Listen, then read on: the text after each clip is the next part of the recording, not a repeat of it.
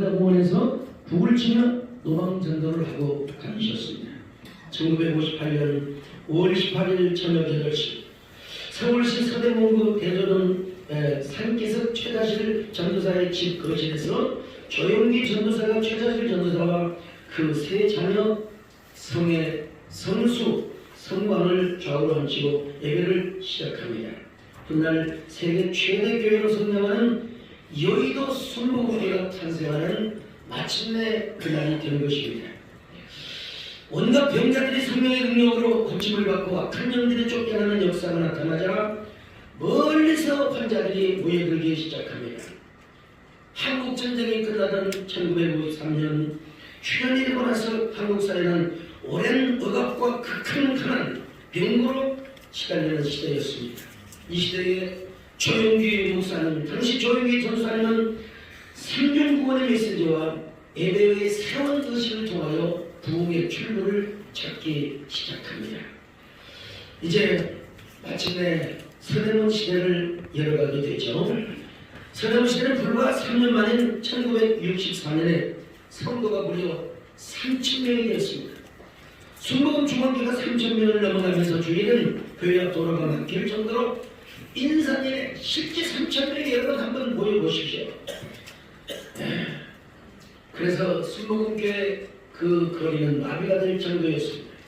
조용기 목사님은 1955년 3월 1일 최자실 전도사의 딸이자 교회 반주자인 김성애 사모님과 3,000여 교인들의 축복 속에 마침내 결혼식을 올립니다. 조용기 목사님은 결혼 직후부터 6개월간 부흥의 스케줄이 한 주도 빠짐없이 계속 잡고 있었습니다. 그의 소원은 한국의 빌리그램이 되는 것이었습니다. 그런 주일에 끝나면 다음 월요일부터 토요일까지 지방교회 혹은 해외길을 소리하면서 부흥회를 하였습니다. 1960년대부터 조용기 목사님은 세계 곳곳을 다니며 복음을 전할 때 그에게는 가난한 나라, 후진국 나라의 목사라는 꼬리표가 달려있었습니다. 조 목사님 각국을 돌면서 어떻게 하면 우리나라가 잘 사는 나라가 될 것인가, 이걸 계속 생각했다고 합니다. 어느 날 청와대에서 박정희 대통령께서 조용기 목사님을 급하게 만나보자고 연락이 왔습니다. 조 목사님은 박정희 대통령을 만나 우리 국민이 잘 살기 위해서는 물질적인 것 이전에 먼저 마음의 큰 부흥, 새마음 운동이 일어나야 한다는 이야기를 하셨습니다. 조 목사님의 설교를 듣던 박정희 대통령은 새로운 마음의 운동을 전개해야지. 그리고 나서 얼마 후에 부산 지역을 순시하면서 새마을 운동이라는 단어를 처음으로 사용했습니다. 1968년 서대문에 있는 순복음 중앙교회는 성도가 8,000명, 만여 명이 이르자 이제 예배를 3부 4부로 늘리기 시작합니다. 그러던 어느 날 조용기 목사님은 마음에 이곳을 떠나 1만 명이 한꺼번에 예배 드릴 수 있는 이런 성전을 짓는 날 하나님의 감동을 받고 순종을 실현하기 시작합니다. 드디어 1969년 4월 6일 조용기 목사님과 순복음 중앙교회 성도들이 참석하는 가운데 여의도에 새성전 착공 예배를 거행합니다. 여기에 여러 과정과 눈물이 아니면 말할 수 없는 사연들이 있는데 시간상 생략을 합니다. 여의도 순복음교회는 1973년 8월 15일에 완공이 됩니다. 4,000여 평의 대지 위에 연금평 3,200여 평의 규모를 걸렸던 여의도 성전, 당시에 8억 4,100만원, 지금이면 아마 한 수천억이 넘는 그런 비용이 될 것입니다. 1958년 5월 18일 대조동 천막교회 5명 1,000여배를 드린 지 15년 만의 일입니다. 마침내 1973년 8월 19일 첫 주일 설교를 시작으로 조용기 목사님은 여의도 시대를 개막해 나갑니다. 여의도 순복음 중앙교회 폭발적인 성장과 발전은 조용기 목사님의 갈보리 십자가 신앙이 중심이 되고 그리고 성령운동이 중심이 되었습니다. 그런 십자가의 대속의 믿음의 복음의 중심이며 3중 축복과 5중 복음 그리고 4차원 영성으로 성령운동의 표지가 되었고 이미지가 되기 시작합니다. 여의도 시대를 열면서 조용기 목사는 세계 선교에 전력을 기울이기 시작했습니다. 그래서 1973년 9월 18일부터 20일 서울에서 개최된 10차 오순절 세계대회는 세계선교의 막중한 거점이 되기 시작합니다.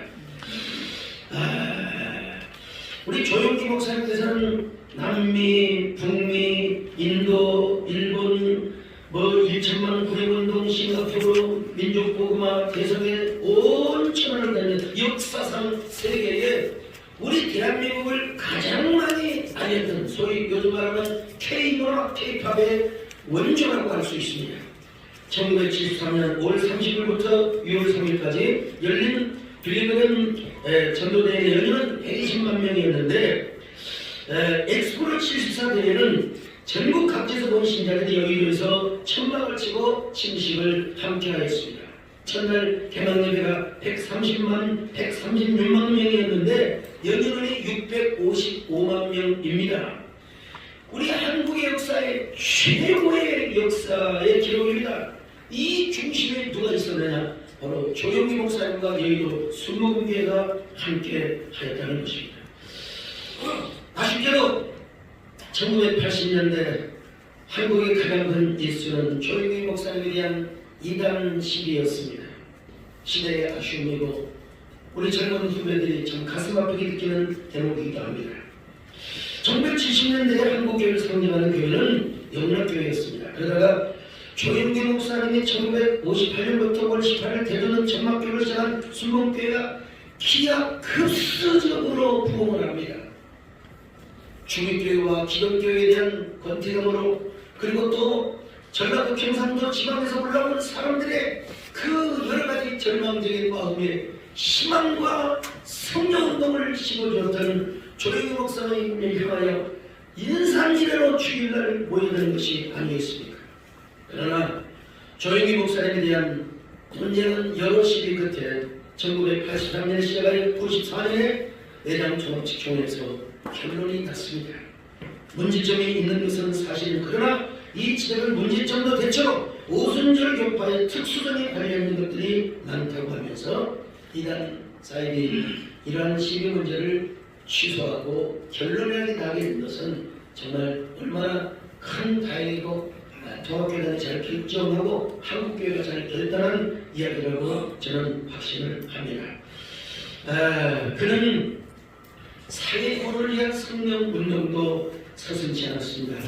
조용기 목사님은 4,704명의 선천성 심장병 어린이에게 무료 시술을 받도록 하였고 여기에 엘림복지를 비롯하여 수많은 단체를 만들어서 복지단체를 만들었어. 그래서 1996년 5월 3일 조용기 목사님에게 민간에게 수여하는 최고의 훈장인 국민훈장 무궁화 훈장을 수금받게 되었다는 사실을 우리는 기록을 통해서 잘 알고 있습니다.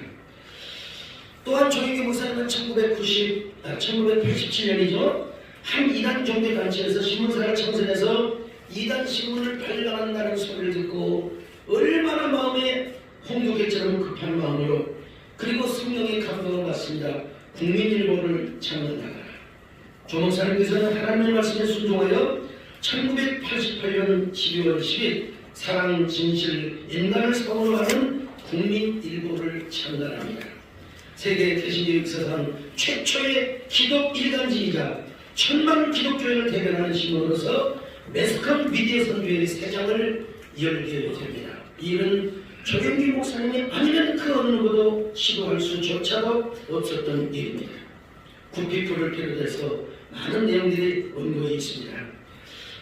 그래서 조용기 목사님은 한마디로 꽃바다를 만든 한 송이의 꽃의 향기라고 이야기하고 싶습니다.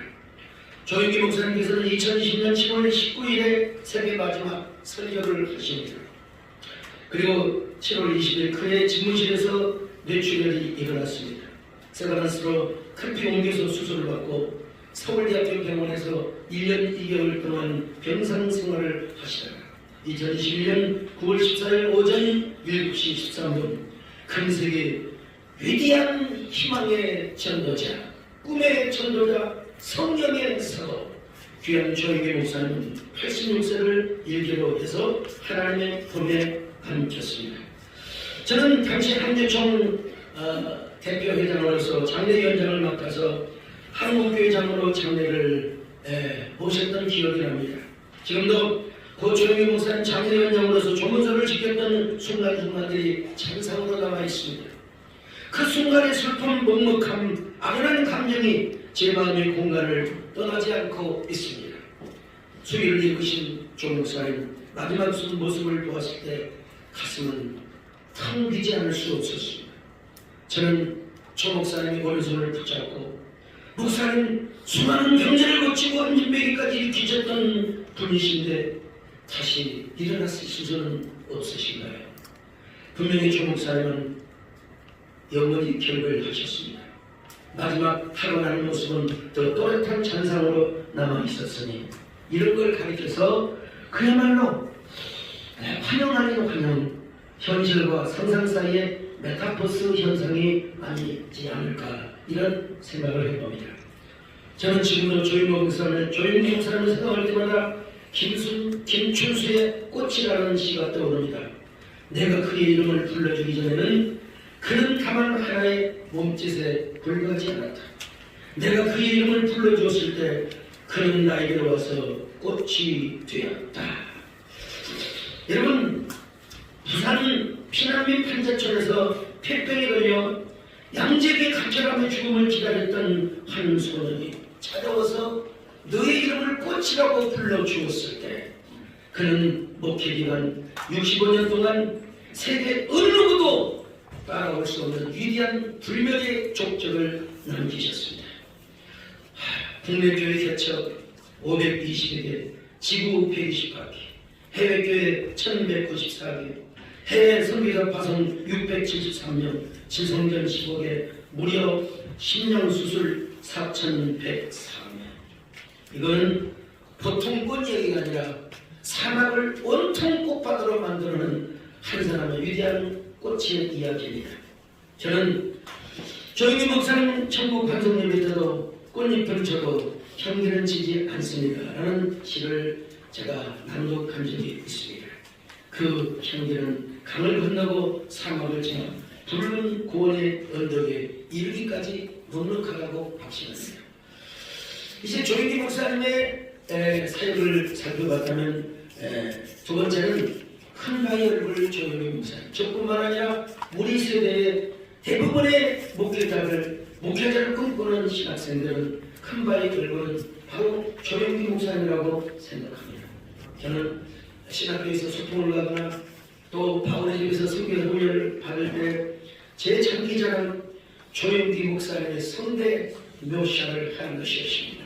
시작하기에는 오늘도 추운 날입니다. 예수 그리스도는 쫙 일어나면 선교사님들이 뭐라고 하느냐? 그때부터 주변에서 오 조영기 저는 신학생 때부터 니틀 조라는 닉네임을 갖게 되었습니다. 그만큼 누구도 대체할 수 없는 린치핀과 같은 코너스턴과 같은 큰바위 얼굴 조 목사님. 자, 20세기는 기독교 복음화의 꽃이었습니다. 서양에서는 저 필리그램이 그리고 동양에서는 조영기 목사님이 두 바퀴의 축이었습니다. 그런데 필리그램 목사님은 대종전도 지킬만 했지 목회자는 아니셨습니다. 조 목사님은 온 세계를 나의 교구로 삼으며 복음 전도를 했을 뿐만 아니라 빌리엄보다도 큰 목표를 했을 뿐만 아니라 더 많은 영혼 구원을 했다는 사실을 우리는 한국인으로서 얼마나 자부심을 가져야 하는지 모르겠습니다. 만약에 조 목사님이 한국에서 태어난 것이 아니라 미국이나 영국에서 태어나셨다면 더 큰 영향력을 발휘했다고 저는 확신합니다. 그럼에도 불구하고 세계를 100수십 바퀴를 돌면서 얼마나 삼중복음, 오중복음 그리고 또 4차원의 영상을 얼마나 지구촌에 많이 퍼뜨렸는지 모릅니다. 그는 세계 최대의 교회를 일궈낸 목회자였을 뿐만 아니라 전 세계를 다니며 대한민국을 가장 많이 알렸던 우리 코리아를 가장 많이 알렸던 위대한 애국자 공공외교관이기도 하셨습니다. 조 목사님의 사역을 망각하거나 왜곡하는 현상이 한때 있었습니다. 천국에 가신 그리고 지금까지 여전히 세계 교회사에 남을 만한 조 목사님의 위대한 사역이 제대로 조명을 받지 못하고 있는 것은 우리 후배 목사들로서 참 안타까운 마음이 가득합니다. 여러분, 어떻게 사람이 완전할 수 있겠습니까? 조 목사님도 허물과 있고 실수가 있을 수는 있습니다. 여러분, 정우성 시인은 그늘이 없는 사람을 사랑하지 않는다고 하였습니다. 우리는 덩샤오핑과 마오쩌둥의 버텐통이라고 하죠. 마오쩌둥의 교훈을 살펴볼 수 있습니다. 덩샤오핑은 마오쩌둥에게 엄청나게 짓밟힌 사람입니다. 마오쩌둥과 혁명을 같이 했지만 유배를 당하였습니다. 유배 중에 그의 아들은 척추를 다쳐서 하반신 마비가 되었고, 자, 그러다 보니 덩샤오핑 입장에서 볼 때는 얼마나 철천지 원수였겠습니까? 그가 권력을 잡았을 때 주변의 측근들이 마오쩌둥을 찍어야 된다고 덩샤오핑은 이렇게 말합니다. 마오쩌둥의 공은 7이고 과는 3이다. 공칠과 3이라는 말이 거기서 나온 것입니다. 사람은 누구나 공과 과가 있는 것입니다. 과를 바라보는 사람은 언제나 과를 바라보게 되는 것이고, 여러분, 당시는 성장주의 시대였습니다. 한때 세상에 크게 오해를 당할 뻔했던 모두 사법에서 저는 무죄를 받은 걸로 알고 있습니다. 그는 성령운동을 통해서 복음으로 개인군 사회군만 이룬 것이 아니라 이 땅에서 가장 많이 또 강조하고 싶습니다. 코리아를 알렸던 사람입니다. 자, 조모 목사님은 누구도 가지 않는 길을 고독하게 쓸쓸하게 걸어갔습니다. 여러분, 당신은 성장주의 시대이기 때문에 조용기 목사님의 그 단독적인 그야말로 거의 카리스마에 가까운 카리스마를 발휘할 수밖에 없는 그런 상황이었습니다. 집에는 기업도 그랬고 시민단체도 거의가 그런 상황이었습니다. 이전에도 우리가 한국교회의 역사를 안목과 해안을 가지고 조 목사님의 성령운동, 그리고 그 운동의 궤적을, 그리고 신앙적 자산을 보존하고 계승해야 한다고 생각합니다. 세 번째 생각해 볼 게 이제 꿈과 이상을 이루는 교회입니다. 이제 정말 우리 여의도 순복음교회는 엄청나게 전도를 해서 강남의 수많은 대교회와 강북의 수많은 대교회 많은 교인들을 보내었던 어머니 모처와 같은 교회입니다. 어느 누구도 부인할 수 없는 사실입니다. 저희 교회도 예외는 아닙니다. 저는 큰바위 얼굴 되시는 목사님을 하나님의 은혜로 여러 번 가까이서 뵙고 사랑을 독차지 받았던 사람입니다. 분비늘보 창간 31주년 기념예배에서 조영기 목사님과 얘기하다 떠오릅니다. 여러분, 세계의 거성 조 목사님, 함께 영원 목사님이 이제 조 목사님이 설교를 하시고 영원 목사님이 통성기도를 하고 있는데 누군가가 와서 제 손을 잡고 머리에 손을 탁 눈을 뜨고 보니까 조 목사님께서 제 손을 잡고 머리에 올리는 거예요. 여러분, 감사하게 큰 바위 얼굴 되신 그분의 머리에 손을 얹고 기도를 한단 말입니까? 목사님을 끌어안고 엉엉 울며 기도를 한 적이 있습니다. 이걸 또 기다리는 이 장면을 놓치지 않고 전교인들이 기도하고 있는데 이 장면을 놓지 않고 사진이 나오니까 저는 지금도 이 사실을 생각하면서 저는 개척교회 시절에요, 큰 교회는 돈이 많고 큰 교회는 사람이 많이 모여서 여러 집회에 다 동원하고 돈도 다면 되는 줄 알았습니다. 저희 교회도 어느 정도 교회가 동원하다 보니까 이제는 이런 위대한 목사님의 가슴이 얼마나 멍들고 얼마나 무거우셨을까 하는 생각을 해봅니다. 여러분, 얼마나 그때 수고하셨을까, 얼마나 힘드셨을까. 우리 조영기 목사님은 한국교회를 푸른 바다로 만들었던 고래이셨습니다. 정우성 시인의 고래를 여행하는 시가 있지 않습니까? 조영기 목사님이야말로 우리 사회를 푸른 바다로 만드는 거대한 한 마리 고래이셨습니다. 그런데 생략하겠습니다. 기념관에 대한 얘기하고 싶은데 마지막으로 이제 4.0 교회를 통하여 우리 조영기 목사님이 우리에게 남겨주신 유산의 신앙은 4.0 교회라고 생각을 합니다. 4.0 교회, 그 교회 성장학자인 누굽니까? 일컬에 의하면 제 1.0 교회는 초대교회고 2.0 교회는 그야말로 세상을 통째로 지배하는 중세 유럽 교회라고 한다면 3의 교회는 본질과 가치를 잃어버린 그런 교회는 언제든지 무너질 수 있는 교회라고 예측을 했습니다. 이때 바로 저는 4.0 교회, 이것은 우리 한국교회 조목사님이 물려주신 신앙의 자산이라고 생각합니다. 4.0 교회는 무엇이냐? 현대교회일수록 복음의 본질과 성경적 가치를 우선해야 한다는 사실, 조목사님이 물려준 신앙의 유산입니다. 성령운동 역시 마찬가지입니다. 두 번째, 더욱 간절함을 회복해야 한다는 것입니다. 무엇을 향한 간절함입니까? 지금도 여러분 여의도 순복음교회를 가면은, 노원 순복음교회를 가면은 막 성령의 운행하심이 느껴집니다. 성령의 임재하심이 느껴지는 것이죠. 자, 세 번째로 신앙의 본질과 언유처치, 끊임없는 성령운동과 복음전도운동을 통한 사명전의 원형적 교회, 여의도 순복음교회가 이런 모습을 보여주지 않습니까? 넷째로 플랫폼 교회를 이루는 것입니다. 플랫폼 교회는 단순히 교회가 사회적 환원과 공유, 책임을 다하는 그런 교회만을 의미하는 것이 아니라, 그걸 넘어서 이제는 팬데믹 이후에 엔데믹 시대에 정말 성경의 신비, 하나님의 주권, 하나님의 놀라운 임재하심, 하나님의 운행하심을 이렇게 담는 이런 새로운 형태의 놀라운 교회를 의미하죠. 여의도 순복음교회와 조영기 목사님이 이 교회의 모습을 보여주고 가셨습니다. 마지막으로 초연결 확장 영적 공동체를 이루어야 합니다. 이걸 참고해 주시기를 바라겠습니다. 저는 조영기 목사님 장례 예배 때 마지막 낭독한 추모시가 있습니다. 시간이 없어서 마지막 부분만 한번 고인을 추모하면서 또 목사님을 염모하면서 마지막 부분만 낭독하고 마치겠습니다. 조영기 목사님, 이 땅에 님이라는 꽃잎은 떨어졌지만 그 향기는 지지 않겠거니 천국에서는 더 위대한 꽃봉오리가 되소서. 주님께서 다시 님에게 꽃봉오리가 되라 명해 주신다면 셀 수 없는 꽃봉오리와 향기를 한국교회에 선물해 주시라고 주님께 한 번만 부탁해 주소서.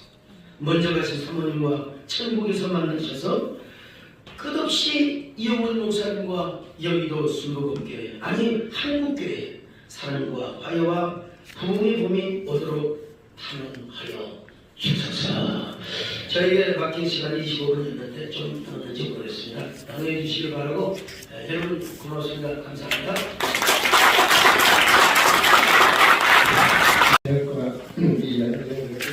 일목교회가 이렇게 주셔서 감사합니다. 예, 발제 시간입니다. 오늘 발제는 3개 협회인데요. 첫 발제는 본협의회 편찬위원이신 김상원 박사님께서 영상 조영기 목사의 신화가 영상이라는 제목으로 발제해 주시겠습니다.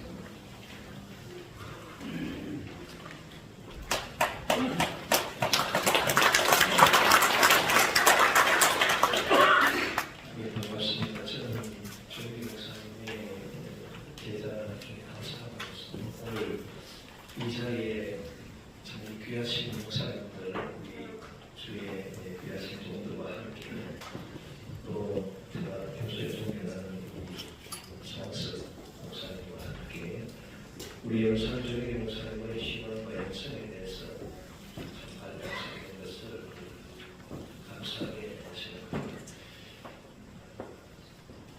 우리가 하나님의 말씀에 보면 요수아 1장 7절에 보면 하나님께서 모세가 죽고 난 다음에 요수아에게 말씀하시기를 나의 종 모세가 죽었으니 너는 나의 종 모세가 내게 명한 율법을 다 지켜내라. 그리하면 너가 어디로 가든지 동하리라. 그렇게 말씀하셨습니다. 나는 요수아 1장 7절 말씀을 읽고 평소에는 요수아 1장 말씀이 가나고 담대라, 가나도 담대라 그것만 있는 줄 알았는데 성령께서 제 마음속에 강력하게 깨달음을 주셨습니다.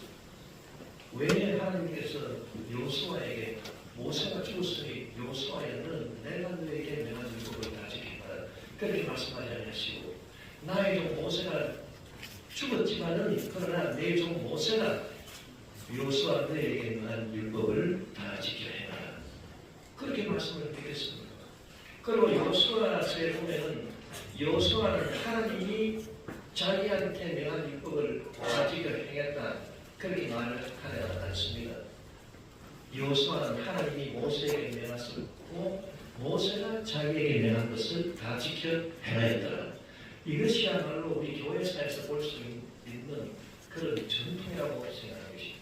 전통이라고 하는 것은 연결, 후대로 연결되는 것입니다. 제가 소로몬에서 공부할 때 교회사의 그 신앙의 그 전통이라고 하는 것을 한마디로 말해서 라틴어로 노반 세르 노베 새로운 것은 안 된다. 그러나 새롭게 해야 된다. 이것이 원리인 것입니다.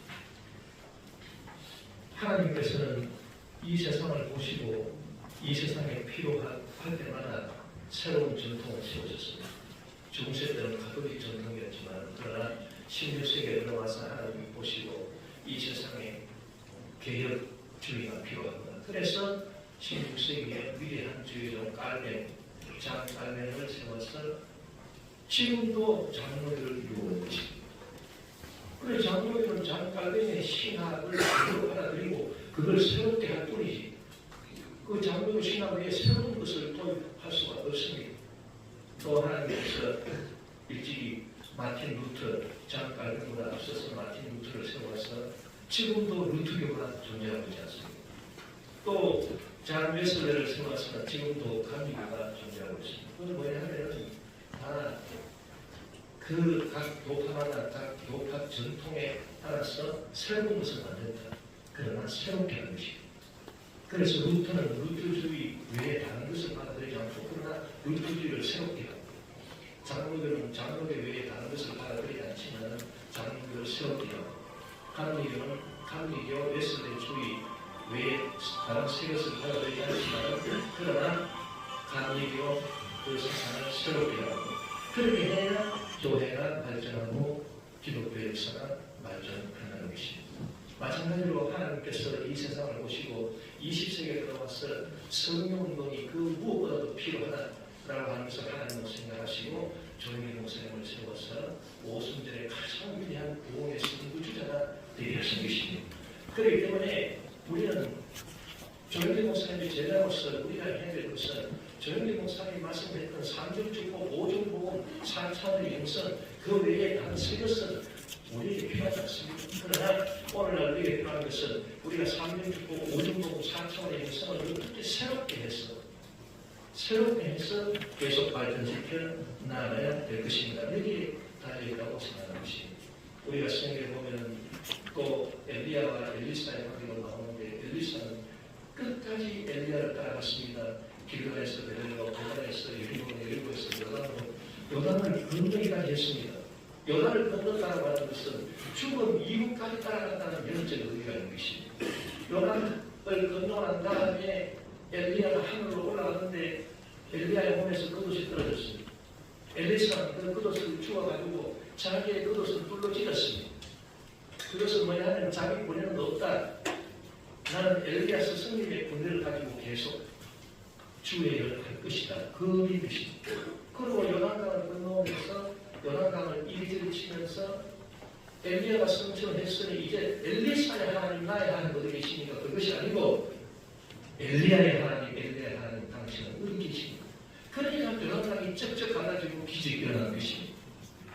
우리는 조영기 목사님의 제자로서 우리는 조영기 목사님이 역사했던 하나님 지금 어디 계십니까? 그렇게 우리가 순복음이 목회를 해야 목회가 행동하게 되고 하나님의 기적이 일어난다는 것을 이 성경이 우리에게 가르치고 있는 것입니다.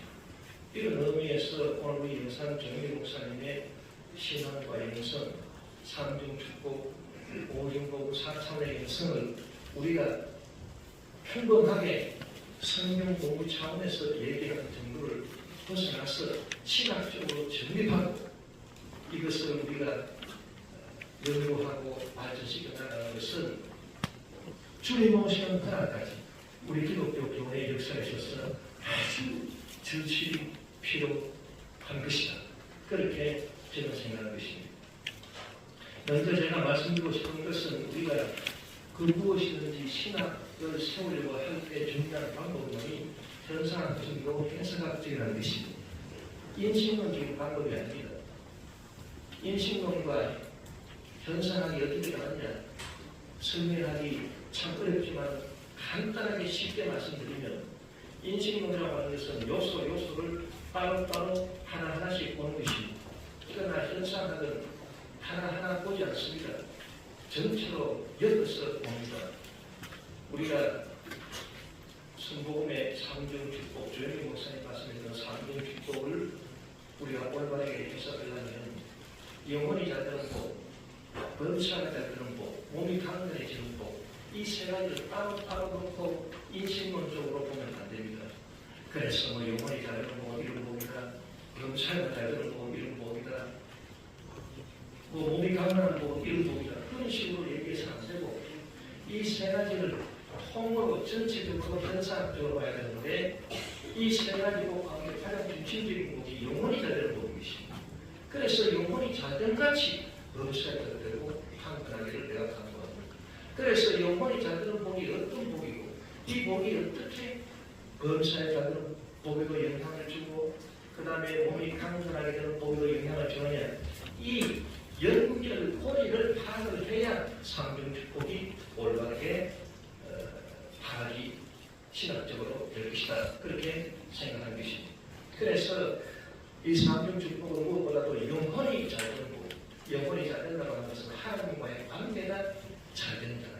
관계를 통해서 내 존재가 관계를 통해서 내가 행동하는 것이 다름이 아니다. 그렇게 핵심적으로 말씀드릴 수가 있을 것입니다.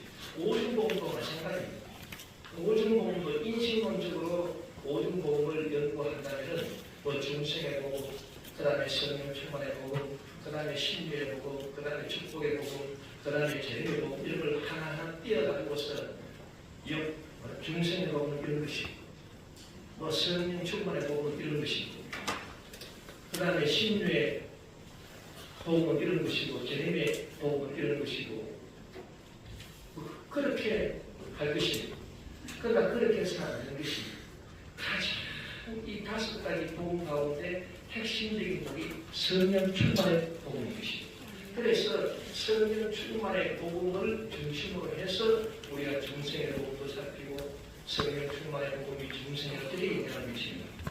그 다음에 성령 충만의 복음이 어떻게 신유에도 영향을 미칩니다.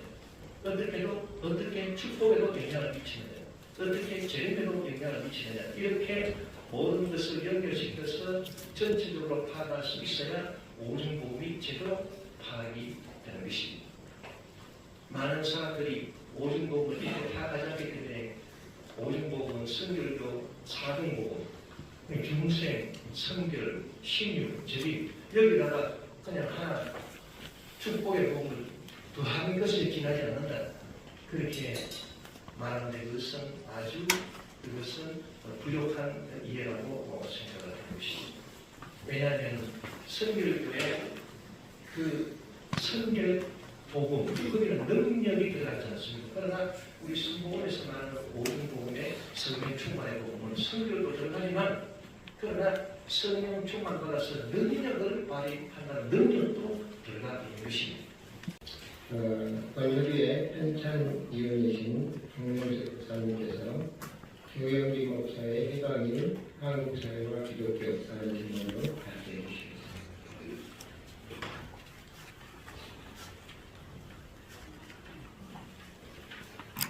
여러분들이 이렇게 대해서 기쁘게 생각을 합니다. 여기 발표하시는 분들이 조영기 목사님과 김정인 관계가 상당히 많습니다. 저도 조영기 목사님 여러 번 만나 뵀습니다만 저는 그러나 그 개인적인 관계는 별로 맺지는 않았습니다. 저는 단지 조영기 목사님의 저서를 통해서 조영기 목사님을 이해를 하고 또 제가 역사학자이기 때문에 역사적인 큰 맥락에서 조영기 목사님이 어떤 정치를 가지고 있는가 하는 것을 생각을 했습니다.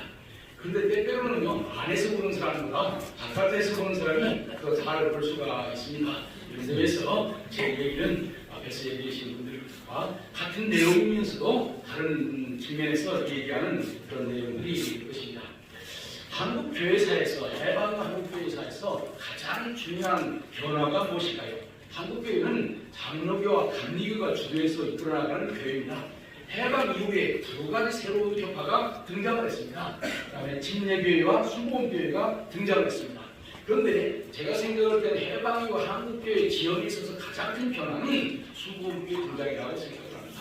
사실 침례교회나 순복음교회가 일제시대에도 자그마한 단체로 있었습니다만 해방 이후 외국에서 선교사들이 들어와서 해방 유교라고 하는 그런 복잡한 어려운 상황 가운데서 한국 사회에 접목되었고 이 침례교나 순복음교회가 한국교회의 중요한 교단으로 등장을 했는데 그 중에서도 순복음교회의 등장이라고 하는 것은 매우 관복합니다. 정확한 통계인지는 더 많이 조사를 해봐야 되겠습니다만 지금 전체적인 교세로 봐서는 장로교는 부동의 1위고 파도 워낙 많고 그 다음에 감리교회하고 이 순복음교회하고 교세가 비슷하다는 주장도 있고 순복음교회가 더 많다는 주장도 있고 그러니까 거기에 대해서 제가 뭐라 판단하지는 않겠습니다만은 어떤 면에서 한국의 장감이라고 하는 거대한 구조에 순복음교회가 등장을 했다고 하는 것은 매우 중요한 것이고 특별히 여의도 순복음교회 존재라고 하는 것은 한국교회 이제 교파를 뛰어넘어서 한국교회 가장 큰 교회고 한국교회 중심적인 교회라고 하는 것입니다. 이것은 한국교회 지역에 있어서 매우 중요한 변화인 것입니다.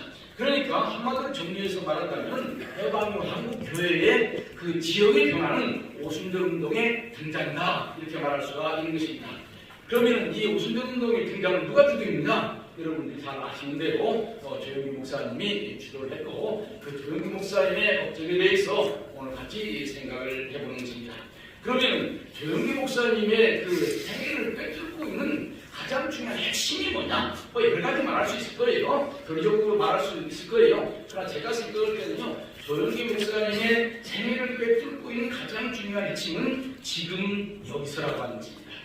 일제일 때 한국교회는 이제 매우 어려운 상황이기 때문에 내일은 나 몰라요. 하루하루 살아요. 그러면서 하나님 나라에 대한 소망으로 살았어요. 그래서 심장의 꿈은 아멘 주 예수여 어서 오시옵소서 예수님 오시면 천당 가는 것이 꿈이었습니다. 여러분들 조영기 목사님의 책 삼박자 구원인가 첫 번째 서문에 보면은 일제시대 때는 세상에 소망이 없었기 때문에 하나님 나라에 가는 것이 꿈이었다. 그러나 지금은 세상이 달라졌다. 신자들에게 오늘 이 시점에서 어떤 삶을 살아야 되는가 하는 것을 알려주고 그 사람들에게 희망과 용기를 줘야 된다. 그러니까 예수 믿고 죽어서 꾸는 꿈이 아니라 지금 여기에서 꾸는 꿈, 뭐 삼중복음, 오중복음, 삼박자 축복 다 여기에 해당되는 것이라고 말할 수가 있는 것입니다. 이런 측면에서 조영기 목사님의 이런 성경 해석은 많은 사람들에게 새로운 바람을 일으켰고 그것이 오늘의 한국 사회에 큰 영향을 미쳤다고 생각합니다. 사실 이것은요 우리 개신교의 전통이기도 합니다. 중세시대는요 모든 것이 죽어서 전당하는 것이 중세시대의 가장 큰 목적이었어요. 그러나 종교개혁자는 뭐라고 주장했느냐, 예수 믿고 전당 가는 것은 당연한 것이니까 전당 갈까 못 갈까 염려하지 말고 이 세상에서 자신의 최선의 삶을 다 살아. 이것이 종교개혁의 중요한 가르침입니다. 그렇기 때문에 종교개혁 이후 경제도 발전하고 과학도 발전하고 정치도 발전하고 그래서 오늘의 세상이 이루어진 것입니다. 그러니까 조영기 목사님이 오늘 여기에서라고 하는 이 해석의 새로운 변화는 우리 종교개혁적인 전통을 이어오는 것이다 이렇게 말할 수 있습니다. 이것을 조금 유식한 말로 한다면요 사망과 신학이라고 말할 수 있는 거예요. 조영기 목사님은 항상 이 오늘의 현실에서 삶의 현실에서 성경을 해석하고 또 그것을 사람들에게 전달을 했던 것입니다. 예를 들면 조영기 목사님의 저서에 보면은 지금 전체번에 부강동 천막촌에서 전도를 가가지고 예수 믿고 전당 가세요. 예수 믿으면 지옥 안 갑니다. 그렇게 말하니까 여기가 지옥인데 무슨 지옥이 또 있습니까? 그러나 또 절박한 상황 속에서 그들에게 희망과 용기를 말하고 하십니다. 그러니까 조영기 목사님은 이런 측면에서 성경을 재해석했고 한국교회에 큰 새로운 바람을 일으켰다고 말할 수가 있는 것입니다. 그 다음에 이런 조영기 목사님의 그 사상 모든 배경에는 오순절 신앙이 있다고 하는 것입니다. 조영기 목사님을 어떤 이 박사들은 한국의 도속적인 신앙과 연결해서 조영기 목사님을 해석하는데 사실 조영기 목사님 일찌감치 예수 믿고 일찌감치 영어 배웠고 일찌감치 선교사들을 만났기 때문에 사실 무속의 영향을 받을 시간이 없어요. 그런데 이 한국의 자유주의 신학자들이 모든 것을 그냥 자기들 머릿속에 있는 상상으로 해석을 하는 거예요. 그래서 제가 조영기 목사님의 생애를 쭉 추적을 해봤는데 조영기 목사님은 사실 세계 오순절 운동의 영향을 절대적으로 받고 있는 것입니다. 어린 나이에 선교사들을 만났고 그다음 첫 번째 직업이 뭡니까? 선교사들의 강을 구경하는 것이에요. 그러니까 선교사들이 가르치는 오순절 운동을 제대로 이해하지 못하면은 그걸 제대로 통일할 수 없는 거예요. 그 조영기 목사님의 부흥의 스타일이 어디에서 왔습니까? 미국에서 온 선교사들이 선교하는 거 통역하면서 다 배우면서 한 거예요. 이런 측면에서 조영기 목사님은 오순절 운동의 영향을 독자적으로 받았다 이렇게 얘기할 수가 있는 것입니다. 사실 오순절 운동이라고 하는 것은 해방 이후 한국 사회의 상황과 매우 절묘하게 잘 맞아떨어졌습니다. 미국도 마찬가지예요. 미국이 독립하기 이전에는요 전통적인 칼빈주의가 아주 우세했습니다. 모든 것이 하나님의 주권이고 인간은 수성적이다. 그래서 하나님께서 예정했고 인간은 거기에 순종하면 된다 이렇게 얘기했는데 사실 1776년 미국이 독립한 다음에 미국 사회가 그런 수동적인 자세 가지고 살아갈 수가 없는 거예요. 그러나 적극적인 삶의 자세가 필요한 거예요. 그래서 소위 이벤젤리칼 알미니안주의라고 찰스 피니, 합동직 목사님들은 피니를 상당히 부정적으로 봅니다만은 찰스 피니의 적극적인 생각, 하나님께서 힘주시면 할 수 있다. 하나님께서 모든 것을 하시고 나는 할 수 없다가 아니라 하나님께서 힘주시면 할 수 있다고 하는 이런 새로운 파라다임이 미국 사회를 일으킨 것입니다. 이것이 소위 제2차 대학생 운동이에요. 제2차 대학생 운동은 크게 일어나가지고 미국 사회를 새롭게 만들었습니다. 저는요, 조영기 목사님을 중심으로 하는 이런 오순절 운동의 부흥운동이 미국 사회가 제1차 대학생 운동은요, 미국이 독립하기 이전에 일어났던 운동입니다. 제2차 대학생 운동은 미국이 독립한 다음에 일어난 운동입니다. 사실 해방 이후 새나라의 어린이는 일찍 일어납니다. 그래서 사람들에게 희망과 용기를 주는 이런 사회 속에서 우리는 할 수 없다, 우리는 할 수 없다 이것이 아니라 그래서 할 수 없다가 아니라 할 수 있다고 하는 것. 그러나 내가 할 수 있다고 하는 것이 아니라 성령님께서 함께 하시면 내가 할 수 있다라고 하는 그런 새로운 해석이 한국교회에 크게 들어왔던 것입니다. 저는요 한국전쟁 가운데서 정말로 오순절 운동이 들어왔는데 사실 한국전쟁이라고 하는 것은요 사실 세계적인 기독교가 한국으로 들어온 중요한 통로였습니다. 미국만 들어온 것이 아니에요. 6.25 전쟁 때 미국만 들어온 것이 아닙니다. 미국과 더불어서 선교사들이 들어왔습니다. 그 선교사들 가운데서 오순절 계통 선교사들이 많이 들어온 거예요. 하나님의 성의 선교사들 들어왔지만은 자그마한 단체의 선교사들도 많이 들어왔습니다. 그 사람들이 한국에 와서 같이 역사를 했고 그들의 가장 말하자면 좋은 제자 가운데 한 사람이 조영기 목사였고 조영기 목사님이 그들로부터 배우고 그것을 자기 나름대로 새롭게 승화시켜가지고 오늘의 오순절 운동을 만들었다 이렇게 말할 수가 있는 것입니다. 그 다음에 사실 여기에서 한마디 더 붙인다면요 오순절 운동이라고 하는 것은요 20세기 세계 기독교 역사에 있어서 가장 중요한 운동이라고 하는 것입니다. 어떤 학자는 세계 기독교 역사를 종교개혁 역사, 그 다음에 20세기 오순절 운동 역사 이렇게 생각을 합니다. 사실은요 어떻게 보면 종교개혁은 말씀을 중심으로 일어나는 운동이에요. 그러나 오순절 운동은 성령을 통해서 하는 운동이기 때문에 오순절 운동이라고 종교개혁은 대신교라고 하는 교파를 만들었지만 오순절 운동은 대신교라고 하는 교파를 뛰어넘어서 천주교에도 들어가고 있고 종교에 들어가고 있고 그 성공에 들어가고 있고 전 세계적으로 확산되어 가고 있는 것입니다. 한국교회는 이 오순절 운동의 그 중요성을 제대로 파악을 못해요. 왜냐하면 워낙 장로교가 강해가지고. 그런데 요즘 최근에 이런 얘기 들었습니다. 장순교회라고 하는 것이 있대요. 그것이 뭐냐면 장로교 순복음교회라는 거예요. 간판은 장로교회인데 내용을 들다 보면 순복음교회라고 하는 것입니다. 사실 한국교회가요 크게 보면 두 가지 현상이 있다고 생각해요. 하나는 제도적으로 보면 장로교회와 형상입니다. 사실 원래 진리교회나 감리교회나 미국의 오순절 운동도요 장로제도가 이렇게 강하게 있지 않습니다. 근데 한국에는 장로교회가 워낙 세니까 장로교회 장로제도 그래서 장로를 감리교회에서 원래 장로라고 그러면 그 엘더 목사 정효 목사를 가리키는 말인데 한국에서는 그렇게 되지 않아요. 진리교회 원래 장로가 없는데 다 장로 세우고 있죠. 그러니까 겉으로 보면 장로교와 현상이 강합니다. 그러나 내용적으로 보면은 오순절 운동과 현상이 강한 거예요. 그래서 장로교에서도 다 방언하고 그러잖아요. 이 성령세의 가장 중요한 핵심 요소가 방언인데 방언하지 않는 장로교회 많지 않을 거예요. 이렇게 보면요. 간판은 장로교회지만은 내용은 순복교라고 할 수 있어요. 그래 장신교회가 맞는 거예요. 전통적인 그 기독교인들은 텔레비 나와서 이런 거 세속적이다 이런 안 했어요. 그러나 순복음교회는요 그것이 아니고 공장는 게 매다 표시되는 것이 중요하다 이렇게 해가지고 이론적인데 별로 매이지 않냐고 빨리빨리 적응을 해나가는 거예요. 제가 이런 일 매우 조심스럽습니다만은 배영규 목사님이 그렇게 큰 일을 할 수 있었던 것은요 제가 생각할 때는 신학을 많이 공부하지 않았기 때문에 그렇다 했습니다. 신학을 많이 공부했으면 자기 나름대로 답해보기가 있어요. 또 교단에 여러 가지 기운이 있습니다. 그런데 순복음교회는 신생교단이기 때문에 교단에 기운이 없어요.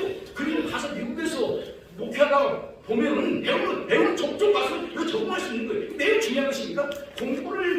바른 공부를 많이 하면 그것이 좋은 방향으로 나가지만은 잘못된 공부를 너무 많이 하면 공부 안 하지만 못하는 거예요. 제가 생각할 때 조영경 목사님은 오히려 그런 전통적인 신학을 많이 하지 않았기 때문에 오히려 자유로웠고 또 신생교단이기 때문에 자유로웠고 그래서 그가 원하는 대로 새로운 일을 한 것입니다. 예를 들어 한 가지만 예를 들어볼까요? 저번에 여의도 순복음교회가 저렇게 큰 교회가 될 수 있는 것은요 본당에서만 예배를 드리지 않냐고 바깥에서 스크린 놓고 예배를 드리기 때문에 신자들이 많이 모이는 것입니다.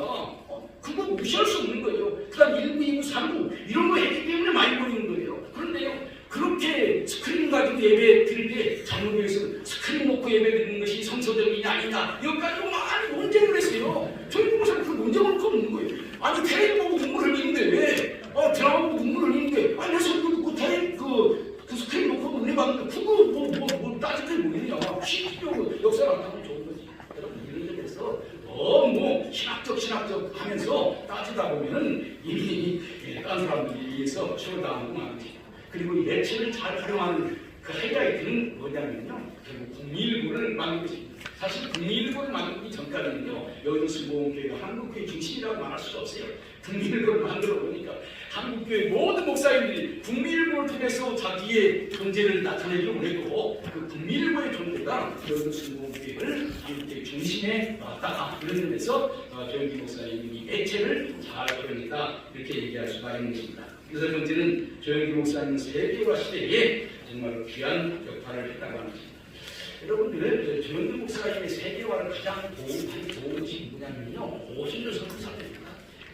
그 선교사들이요 장로교 선교사들이 한국교회에 리더십을 넘겨주는 것은요 매우 오랜 시간이 걸렸습니다. 문진경 박사님이 그 분야에서 아주 전문가이시지만요 그러나요 순복음교회는 그러지 않았어요. 서대문에 전문가 개척해놓고 젊은 사람들이 열심히 하니까 관장으로 선교사가 스스로 부관장으로 물러나고 그 조영기 목사님한테 당신 젊으니까 당신이 해보세요 라고 리더십을 바꿔준 거예요. 이거 어떻게 보면 쉬운 것이 아닙니다. 전통적인 장로교회 전통적인 교회는요 오랫동안 전직인들을 훈련시키고 리더십이 있다고 하려면 그때 넘겨주는 거예요. 그래서 선교계에서 가장 많이 일어나는 것이 리더십을 언제 이야기해주고 리더십을 이야기해줄 때에 그 갈등이 생기는 것입니다. 그런데 펄스톤이라고 조영기 목사님과 같이 활동했던 그분이 바로 조영기 목사님한테 리더십을 넘겨주고 자기가 조영기 목사님을 섬겼어요. 그것도 대단한 것이라고 저는 생각을 합니다. 그리고 이제 조영기 목사님이 어느 정도 성장하니까 조영기 목사님 국제 무대에 등장시켜준 것이 오순절 선교사들이 등장시켜준 거예요. 그리고 조영기 목사님이 그런 국제적인 활동을 할 수 있는 것이 다 어떤 네트워크를 통해서 한 것입니다. 바로 펄스톤이요. 조영기 목사님이 국제적으로 활동하는 데 있어서 중요한 참고 역할을 했습니다. 그렇기 때문에 조영기 목사님 전 세계에 나가서 여러 네트워크를 가지고 활동할 수 있는 것이지 한국 사람이 어떻게 있겠어요.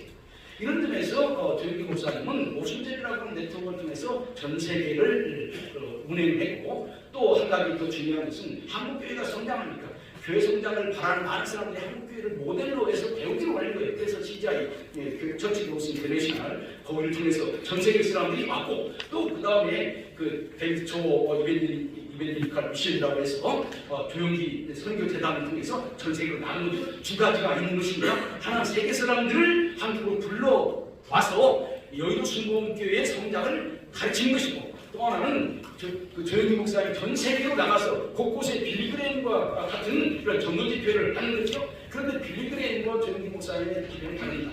빌리그레인은 예수 믿고 구원받는 이 전도 집회였다면 조영기 목사님은 물론 그렇겠지만 시인사였다. 아주 병 고치는 전형적인 오순절 역사를 한 거죠. 또 조영기 목사님 매우 실질적인 분입니다. 조영기 목사님의 세계 선교를 가능하게 한 요소가 뭐 있습니까? 순복음 실업인입니다. 그 하나님 많은 대정이 들어가는데 순복음 실업인들과 그 대정이 뒷받침을 해줬고 그 실업인들은 조영기 목사를 따라가면서 그 세계에 기업이 어떻게 들어가는가 했어요. 그 조영기 목사님은 전도지 필요한 것이 아니라 같이 갈 때마다 실업인 대회를 해가지고 그 경제에 대해서도 얘기를 한 것입니다. 그러면서 조영기 목사님의 그 전도 집회가 예수 믿고 도망가고 여기에 중심했다면 조영기 목사님은 동네 메시지도 있지만 경제적인 메시지도 있고 신집회도 있고 보다 다채로웠다고 말할 수가 있는 거죠. 그래서 저는 조영기 목사님의 이 국제사역이 매우 중요하고 제가 여기에 대해서 너무 긴 논문을 썼습니다만 그 키로서는 그것입니다. 우리 어려운 나라에 가서 한국이 어떻게 이런 나라가 되는가, 그러니까 예수 믿는 한국이 얼마큼 발전했는가 이것을 전하는 것이 주 핵심 내용이죠. 지금 어떤 면에서는 세계가 지금 알고 싶어하는 것이 바로 그거 아닙니까? 한국이 세계에서 가장 어려운 나라였는데 지금 자산 나라가 어떻게 됐는가, 그래서 세계 사람들은 믿고 있는 거 아니겠어요? 조영기 목사님 일찍이 전 세계로 돌아다니면서 그 메시지를 전한 거예요. 그래서 요즘 K컬처 K팝 많이 얘기합니다만 저는 조영기 목사님을 중심으로 하는 K미션 이것도 우리가 중요하게 나가야 된다 이런 생각을 합니다. 그 다음에 마지막으로 민주화 시대와 조영기 목사님에 대해서 얘기를 하려고 합니다. 조영기 목사님과 민주화 무슨 관계가 있을까? 조영기 목사님 그런 카리스마적인 인물이 카리스마는 민주화와는 대척되는데 이런 생각을 하는 분들이 있을 거예요. 저는 조영기 목사님이 근대적인 개념에 있어서 민적인 분연가 그건 잘 모르겠어요. 그러나 조영기 목사님의 사역을 잘 살펴보면요, 조영기 목사님 사실 팀 사역입니다. 사실은 처음부터 팀 사역했어요. 왜냐하면 조자신 목사님과 같이 한 거예요. 솔직히 말한다면 조자신 목사님이 여자이기 때문에 설교할 수 있는 사람을 했다가 간판으로 설교시키고 본인이 다 한 거예요. 그러니까 조자신 목사님이 난 할렐루야 정말다 보면은 교회 주도권을 가지고 조자신 목사님의 내면적인 마음에 갈등이 상당히 많이 있다는 것을 알 수가 있는 것입니다. 어떤 면에서 이런 점에서 조영기 목사님의 그 삶 가운데서 동양적인 그 모습이 있는 거예요. 아무리 그래도 장인어고 사유이기 때문에 그 다른 관계 같으면 많이 풀어지고 그러겠지만은 사유와 장모이기 때문에 갈등을 여러 차례 통합을 하고 나갈 수가 있는 거죠. 그러니까 제일 처음에 조영기 목사님 미니스트리는 남자와 여자가 같이 공동으로 하는 미니스트리였다고 하는 거예요. 조영기 목사님은 설교했고 최신 목사님은 전도를 했습니다. 어떤 면에서는 조영기 목사님이 서양에서 선교사들의 혹은 미국의 부흥사들의 메시지를 잘 듣고 훌륭한 메시지를 전했다면요, 각각 신자들 찾아가면서 눈물로 기도한 분은 사실 최자신 목사님이었던 거예요. 우리는 최자신 목사님의 그런 공로를 잊어버리면 안 된다고 생각합니다. 그 다음에 아까 얘기한 것처럼 선교사와의 파트너십도 매우 중요한 것입니다. 조영기 목사님의 국제적인 사역은 선교사들과의 파트너십이 아니라면 가능하지 않습니다. 많은 대단히 선교사와 갈등을 겪습니다. 그래서 선교사와 싸우고 헤어지고 이런 것들이 많은데 선교사가 훌륭해서 그런지 조영기 목사님 훌륭해서 그런지 아마 둘 다 훌륭해서 그런지 모르지만요, 잘 조화해서 나갔다고 하는 것도 좋은 것입니다. 또 한 가지는 조영기 목사님이 평신도를 잘 발견했습니다. 여러분들 여의도로 어떻게 여의도 신봉교회가 옮겨가는 거 잘 아시죠? 차일석 장로님과 파트너가 돼가지고 차일석 장로님이 행정을 맡았고 조영기 목사님 말씀을 전했고, 그렇기 때문에 어떻게 보면 신방은 최자신 목사님, 설교는 조영기 목사님, 그 다음 행정은 차일석 장로님, 그 다음 국제화는 선교사님, 이런 팀워크가 이루어졌다고 하는 거, 이거 매우 중요한 것이라고 생각합니다. 또 하나 그 조영기 목사님의 가장 큰 업적이라고 말한다면 후계를 세우는 데 있어서 민주적인 절차를 취했다고 하는 것입니다. 후계를 세우는데 물론 그 이전에 조영기 목사님이 지성전을 집요화해가지고 분리시켜주는 것, 이것도 참 잘하신 거예요. 그래서 독립교회로 만들어진 것, 모든 것 끝까지 본인이 가지려고 하는 것이 아니라 하나씩 나눠주는 작업을 이미 미리미리 했고, 그렇기 때문에 지금 여기에 그 영국 교회원들도 많이 와 계시다고 믿습니다만 그것 매우 중요한 것이고, 그 다음에 이제 그 후계를 세우는 데 있어서 본인이 직접 강요하지 않고 교인들에게 맡겨놓고 교인들이 결정하는 것을 본인이 수행했다고 하는 거 그것도 매우 중요한 것이라고 생각합니다. 어떻게 생각을 하면요 자신감이 있었기 때문에 그런 행동을 할 수 있지 않았을까 이런 생각을 합니다만은 그래서 한국의 많은 대형교회들이 후배자 선정하는 데 있어서 많은 갈등을 겪고 어려움을 겪는데 제가 볼 때는요 여인순복교회는 이 후배자 계승하는 데 있어서 성공했다. 저는 또 이용훈 목사님이 참 훌륭하다고 생각을 합니다. 제가 이용훈 목사님의 글을 보면은 조영기 목사님은 영적인 아버지, 영적인 스승, 자기는 조영기 목사님의 전통을 잘 계승해 나가겠다고 하는 그런 다짐을 곳곳에서 많이 하고 있는 것을 우리는 볼 수가 있습니다. 이런 측면에서 조영기 목사님은 교인들에게 유인해서 후임을 선택했고 후임은 또 조영기 목사님을 잘 계승해서 발전시키도록 했다. 이런 점에서 조영기 목사님이 큰 일을 했다. 이런 생각을 합니다. 제가 조영기 목사님의 삶 전체를 몇 가지 나눠서 설명했습니다. 결론적으로 얘기한다면 해방이후 한국교회의 가장 중요한 일은 오순절 운동의 등장이고 이 오순절 운동의 등장에는 조영기 목사님이 결정적인 역할을 했다. 그리고 여기에는 신학적인 요소도 있지만 여러 가지 다른 요소도 같이 있었다. 도시화의 문제, 산업화의 문제, 매체의 문제, 세계화의 문제, 민주화의 문제 이런 여러 가지 요소들이 같이 있었다. 그래서 조영기 목사님은 볼 때는 단지 그 설교만 보지 말고 그 삶 전체를 볼 필요가 있다. 이렇게 저는 생각을 합니다. 이것으로 제 얘기를 마치도록 하겠습니다.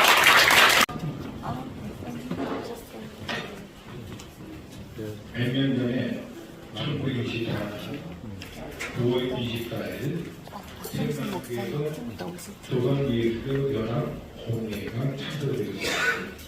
초대회장에는 차재명 목사가 선출되었고 그 목적이 첫째로 활동하여 복음을 선전하고 두 번째는 협동하여 사회도덕의 향상을 도모하고 세 번째는 협동하여 기독교 문화를 보존해 한다는 세 가지 목적을 가지고 연합단체가 첫 출발을 했습니다. 조선예술교 연합장로회, 조선미 강리회, 대형 성서공회, 조선기독교 청년회 등 11개 대표가 모여가지고 하나된 교회, 협동, 다시 말해서 연합하기 위한 그런 기구로서 연합단체를 출범시켰던 겁니다. 이제 1973년 길간 전도회의는 한국교회가 연합해서 여의도 광장에서 대형 선언을 열어서 그를 통해서 한국교회의 양적 성장을 일으키는데 첫 번째 발걸음을 내딛게 되었습니다. 길간 전도회의는 한국을 복음화시키고자 했던 한국교회 요청으로 길간을 수용하여 이루어졌습니다. 길간은 6.25 전쟁 때부터 한국을 찾아 복음을 전했던 세계적인 복음 전도자였습니다. 한경직과 빌그람은 통역을 맡음으로 인해서 친분을 갖게 되고 그리고 복음에 대한 열정으로 인해서 한경직 목사가 빌그람을 초청하고 그래서 1973년도 여의도 광장에서 빌그람 전도대회를 열게 되었고 100만 명이 모이는 그런 성회를 열었고 그 성회는 NCCK도 찬성을 표했습니다. 이렇게 해서 시작한 한국교회 연합성회가 여의도 광장에서 그 이듬해 에스프로 74를 열게 되었습니다. 에스프로 74는 74년도 여름에 열렸던 대회로서 일주일 동안 여의도 광장에서 함께 친식하고 그리고 공부하고 그리고 저녁에는 성회를 참석하면서 그런 성회를 가졌습니다. 저는 그때 여의도 광장에서 매일 밤 열리는 중사들이 사는 차가 기도에 참석을 하게 되는데 그 차가 기도에서 이런 기도를 했습니다. 하나님 아버지 저를 김중건 목사님처럼 사용해 주셔서 이 여의도 광장에 성령성회를 열게 해 주십시오.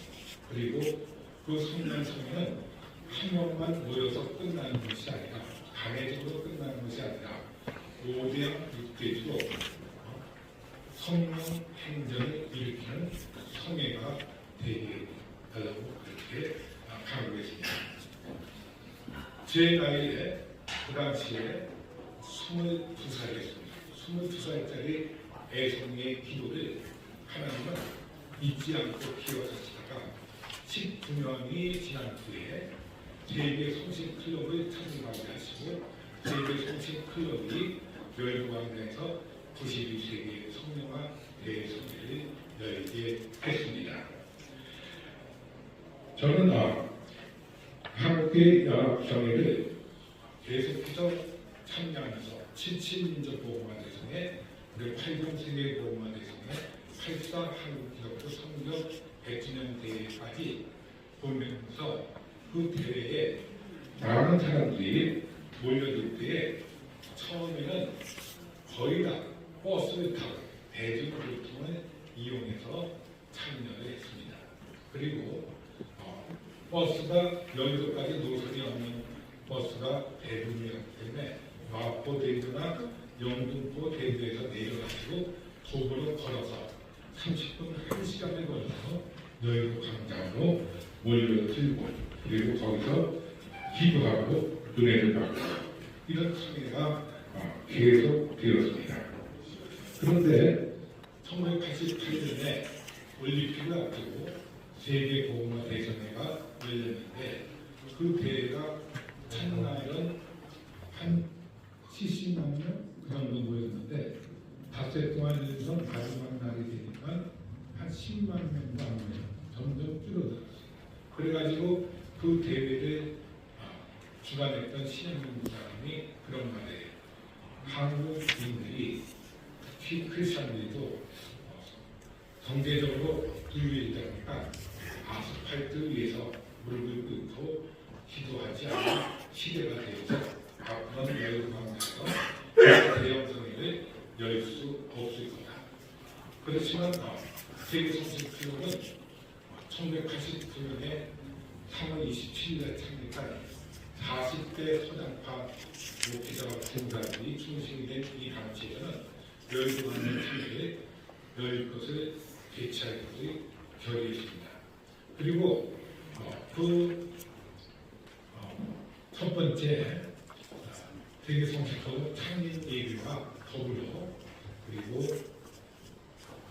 김우영 초대회장 시인 예배를 준비하면서 제가 조영기 목사님을 찾아갔습니다. 그래서 목사님께 우리 젊은 40대 목회자 군사들이 연합해서 세계성신클럽을 조직했습니다.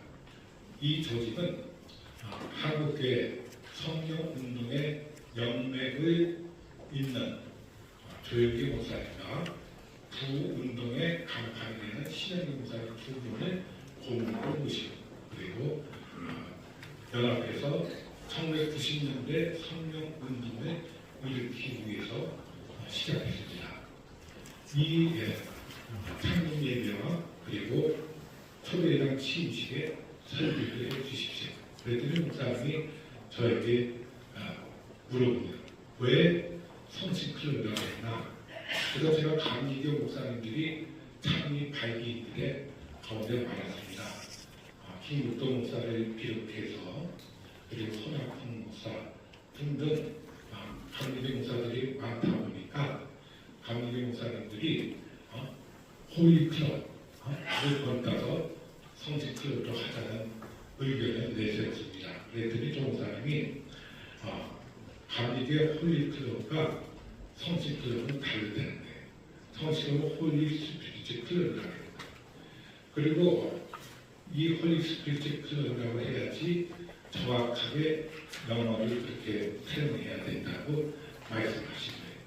그래서 홀리 스피리트 클럽이라고 영문으로 하고 그리고 성령으로 세계를 주장으로 성회를 국내외에서 열어나가고 그리고 1992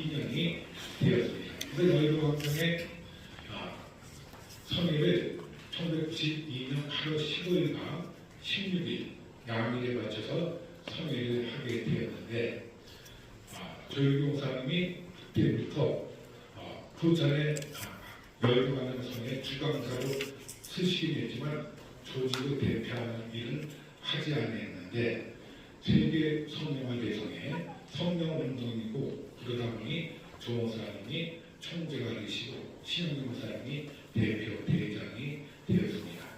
그래가지고 성회를 열었는데 1992년 8월 15일과 16일 토요일과 주일날인데 낮 3시에 열기로 결정이 됐어요.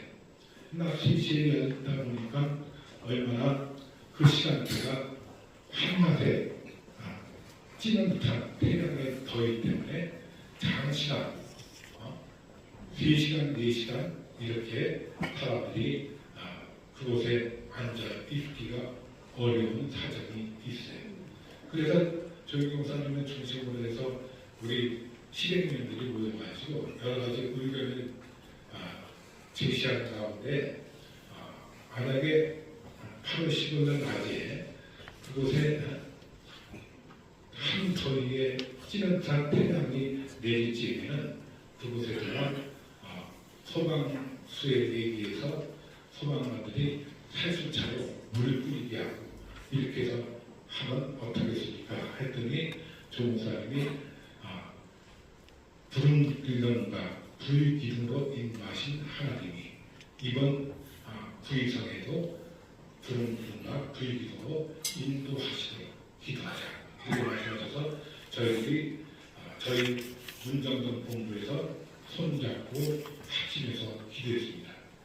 그랬더니 8월 15일 날 성회가 열렸는데 그 50만 명 이상이 모여들었고 그 다음 주일날도 40만 명 이상이 모여들었습니다. 근데 8월 15일 날 하나님께서 하늘에 에어컨을 켜주셔서 구름을 다 하늘을 덮게 하시고 그 다음에 시원한 바람까지 불게 하고 50만 명이 빼곡하게 앉아있는데 강당과 거리가 보니까 성도들이 다 앞좌석으로 오고 그래서 뭉쳐앉았는데도 하나도 덥지 않고 그리고 8월 15일 성회가 끝날 때 축도할 때 그때 비가 그 전에는 남산 쪽에서만 뿌렸는데 여의도 상공에도 비가 내렸습니다.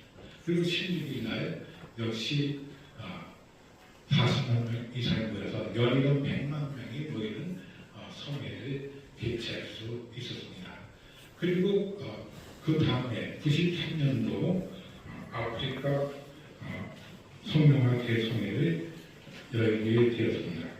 부산 아프리카 성령화 대성회를 열면서 저희는 그 아프리카 나이로비, 케냐 나이로비 우루 파크에서 아프리카의 목회자들 케냐는 물론이고 말라위라든가 그 주변 지역, 소말리아, 우간다, 남아공, 짐바브웨 이런 데서 6,000명의 목회자들이 몰려와서 한 주간 동안 함께 교육을 하고 그리고 아프리카는 원래 본티에 목사님이 나이라트 본티에 목사님이 34,000석을 갖고 있는 대형 천막을 치고 아프리카의 최대의 성회를 인도했는데 조일교 목사님이 케냐 나이로비 우루파크 성회할 때에 매일 밤 20만 명 이상이 모이고 여기는 100만 명이 모이는 대성회가 되었습니다.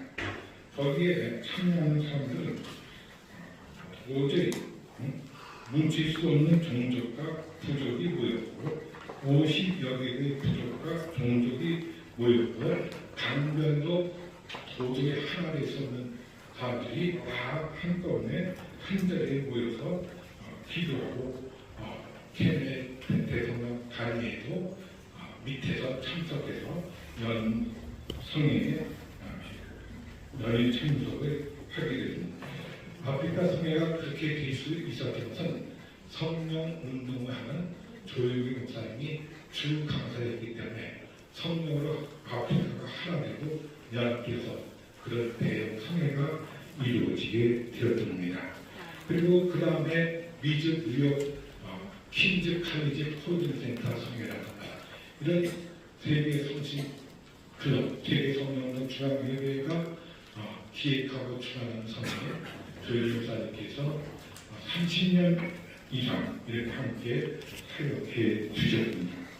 제가 1975년도 3월달 반이병으로 여의도 동사무소에서 근무하고 있을 때 조일 목사님께 편지를 보낸 적이 있어요.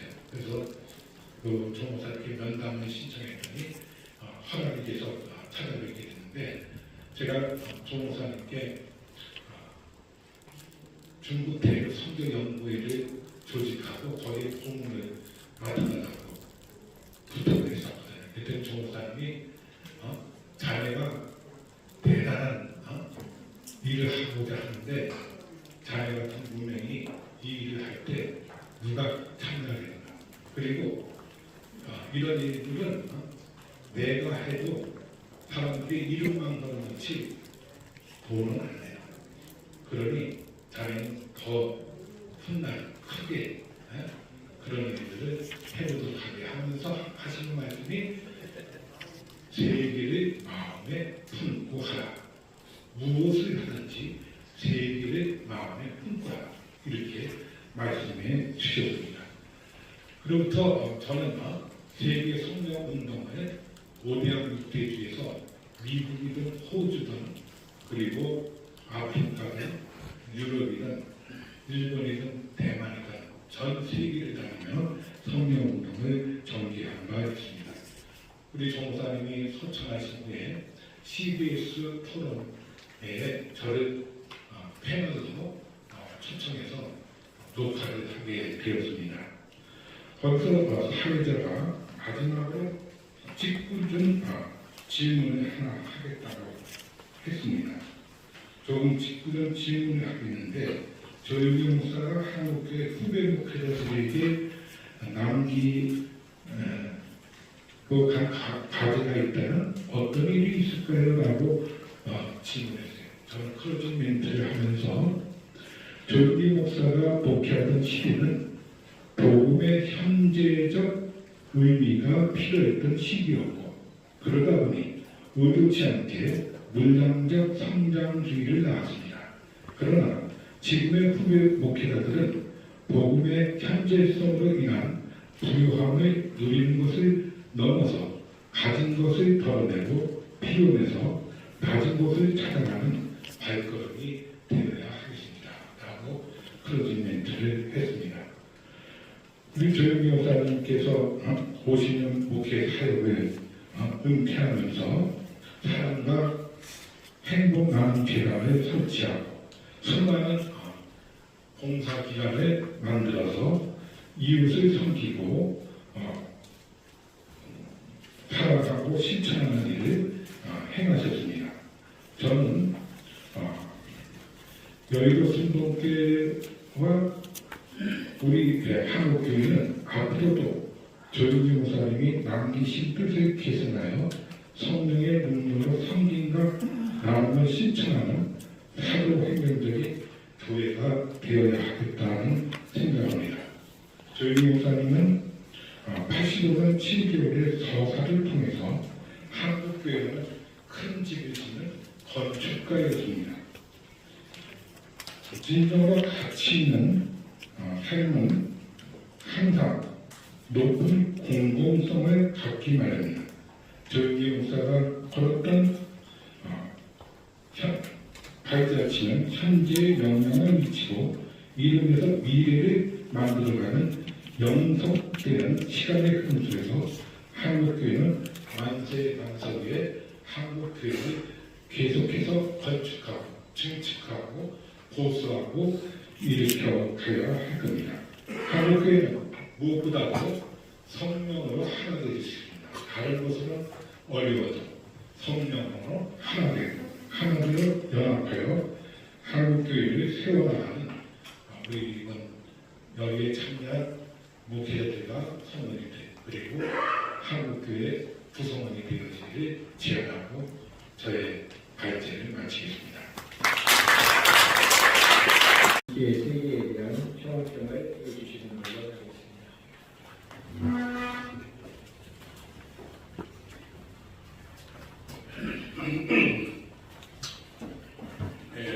여러분 다 아시지만은 저희 목사님은 특별하신 분입니다. 목회자시고 신학자시고 전도자시고 부목사시고 교회 행정자시고 기독교 의원이십니다. 지금 우리가 이 보름을 35번째 하고 있는데 앞으로 계속해서 할 겁니다. 왜냐하면 그렇게 힘이 많고 무진장한 그런 주제가 있기 때문에 계속할 겁니다. 로버트 슐러라고 하는 목사시죠. 그분이 2005년도에 5대한 6대주 그리고 공산권, 이슬람권까지 가서 수백만 명을 말하고 전도시키는 사람은 조용히 목사밖에 없다. 그러면서 기독교 역사에서 조용히 목사는 가장 훌륭한 분이다. 그런 말씀입니다. 여러분 아시지만은 조용히 목사가 22살 때, 조용히 목사는 저보다 2살 차이입니다. 22살 때 1958년에 대전동에 5명하고 교회 시작했습니다. 천막에서 다 지어진 천막까지 그리고 5명 모두 친척으로 가족들 시작했는데 22년에 5명 시작한 교회가 37살에 동양 최대 교회가 됐습니다.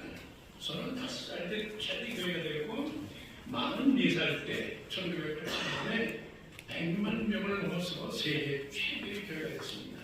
44살에 세계 최대 교회를 이뤘던 그런 정례적인 인물인데 그런 인물에 대해서 내가 연구하고 발표하고 그러는 모임을 앞으로 계속해서 할 거라고 생각하고 저는 역사가니까 제가 말씀드리는 말을 여러분들께서 역사가로서 말씀을 해서 권위 있게 받아들여야 됩니다. 우리 조용히 목사님은 전무후무한 존귀적인 인물입니다. 제가요 이렇게 생각했습니다. 바울이 있고 그 다음에 어거스틴이 있고 루트가 있고 조용히가 있다. 이렇게 해도 절대 과언이 아닙니다. 이거는 로버트 슐러나 빌리 그랜이 그렇게 얘기하죠. 여러분 영국의 만체스터 한전이라는 그런 신문이 있고 영국의 세계적인 경제학술지 이코노미스트가 있는데 이런 데서조차 조용히 목사의 논문을 두 번씩이나 취급하고 했던 그런 게 있습니다.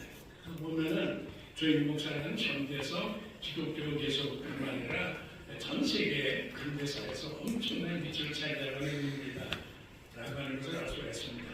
우리 서광수 목사님은 그 바쁘신 여러분 아시는 그 서울서 세대들 있지 않습니까? 그거 저 주일날마다 그 소리를 듣고 있는 그런 대형교회 목회에 주면서 이렇게 무섭게 아주 깊이 되어 있는 그런 연구 장된 논문을 썼습니다. 그리고 그 문필력은 대단하시죠. 그런데 이번엔 문학가시죠. 시계식 문학가시고 근데 목회자실에서 문학가 세계적인 문학가 되는데 그 문필력이 대단하고 그리고 그게 저 설교 그런 유수 청산 유수죠. 그와같은 문학적인 그 필로 전편이 감성 명쾌한 그런 글로 해서 이제 논문을 써봤는데 그 논문에 굉장히 문학적인 향기로 들어가 있습니다. 저는 그 논문 그 발표하시는 들고 그 글을 볼 때마다 아주 체감을 느끼는 그런 놀라운 문필력으로 그리고 향기로 압도하고 이런 그러는데 이 논문에서 제가 아주 각도를 들었던 그 구절이 하나 있습니다. 이 조용히 목사님이 20살 때부터 동네 어른들하고 같이 토론을 했대요. 20살 때부터.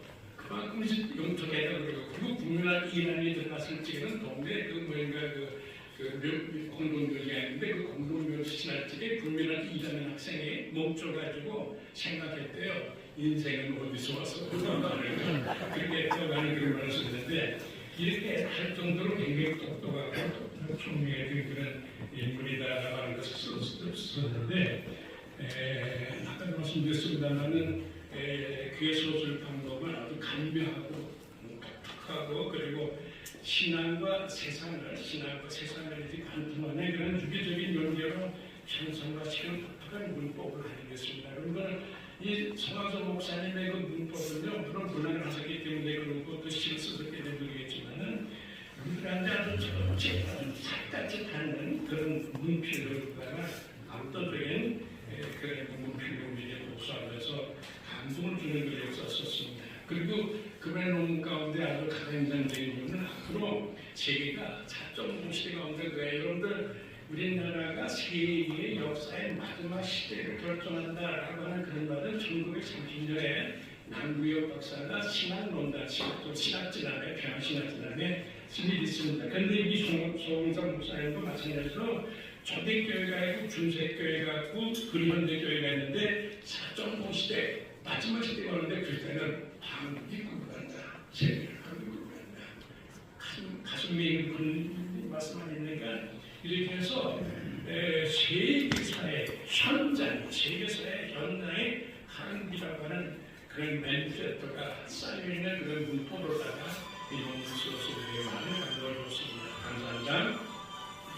김성훈 박사님의 글은 안준배 박사의 글하고 대두가 자꾸 얘기할 때 안준배 박사의 글하고 대두가 됩니다.